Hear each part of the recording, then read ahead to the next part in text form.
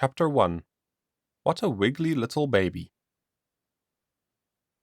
What a wiggly little baby. I was born at 4:30 p.m., 17 May 1989. My mom had been in labor for 2 days. The nurse washed me and wrapped me in a blanket while my mom went back to the ward, and then I was taken to the nursery and my dad came and saw me. My mom's room was full of flowers. I was very sick. I had a stomach pump. When I had my injections, I got very sick. My mom stayed in hospital for 1 week. When we got home, my mom put me in my room. It was very, very pretty. There was a crib in the one corner of the room, and a set of drawers in the other corner, with some toys on top. A table and a chair were in the center of the room. The room was sea green, with pretty sea green curtains. My mom put me in the crib, and I went to sleep. On my first birthday, I had a temperature, so I only had on a nappy.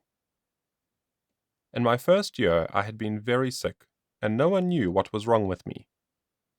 My mom and dad were very worried. I hadn't started talking yet.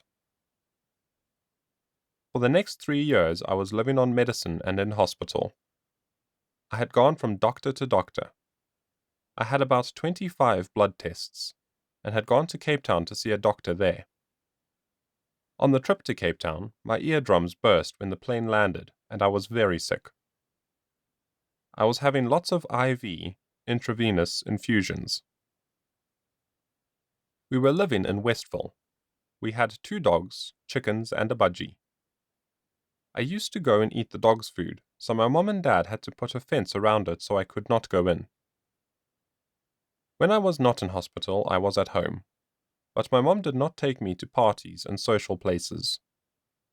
I had 2 friends. One was Alex, and the other was Lucy.